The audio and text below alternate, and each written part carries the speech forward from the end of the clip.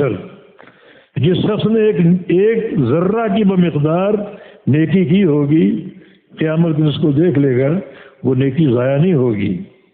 وَمَن يَعْمَلْ مِثْقَالَ ذَرَّةٍ شَرًّا يَرَهُ، اور جس شخص نے عمل کیا ہو مثقال ذرہ، ایک ذرہ کے برابر، شرًا برائی کا، گناہ کا، معصیت کا، یرہ اسے وہ دیکھ لے گا۔ ایک ذرہ کے برابر نیکی کی ہو اسے بھی دیکھ لے گا، اور ایک ذرہ کے برابر گناہ کیا ہو اسے بھی دیکھ لے گا۔ یہ دونوں آیتیں بڑی عظیم الشان، اور سلف صالحین اس کا بڑا اہتمام کرتے تھے، اور بڑی اس میں ایک تنبیہ بھی ہے اور بشارت بھی ہے۔ بشارت کیا کہ کوئی نیکی برباد نہیں ہوگی، خواہ وہ ایک چونٹی، چھوٹی چونٹی کے برابر کیوں نہ ہو، وہ ایک ذرے کے برابر کیوں نہ ہو۔ اور جو وعید کا پہلو وہ کیا ہے، کوئی گناہ جو ہے وہ چھپے گا نہیں، انسان کو دکھایا جائے گا، چاہے وہ گناہ بھی چھوٹی چونٹی کے برابر کیوں نہ۔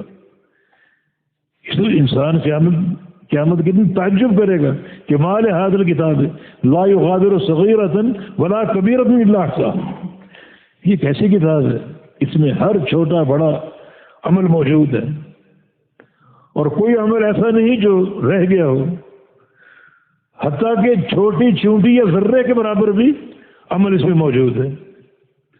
تو ایسا اخروی حساب، کڑا حساب۔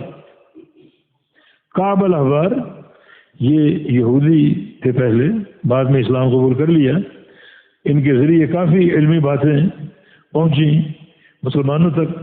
ان کا ایک قول ہے، لقد انزل اللہ علی محمد آیتین صلی اللہ علیہ وسلم احصتا ما فی التوراۃ والانجیل والزبور والصحف، اللہ تعالیٰ نے محمد پر صلی اللہ علیہ وسلم دو آیتیں ایسی اتاری ہیں کہ ان دو آیتوں نے پوری تورات، پوری انجیل، پوری زبور اور تمام صحف سابقہ کا احاطہ کر لیے، سب کو گھیر لیے ان دو آیتوں۔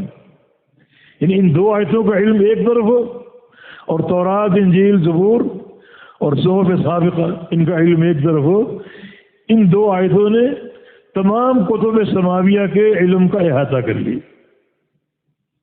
نبی علیہ السلام نے ان دو آیتوں کو کیا قرار دیا ہے؟ جامع فاضہ،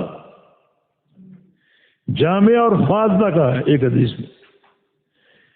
جامع کا معنی جامع، اسے سمیٹ لیا احکام کو، بہت سے مسائل کو، اور فاضہ کا معنی منفرد، یہ دو آیتیں بڑی منفرد اور بڑی جامع ہیں۔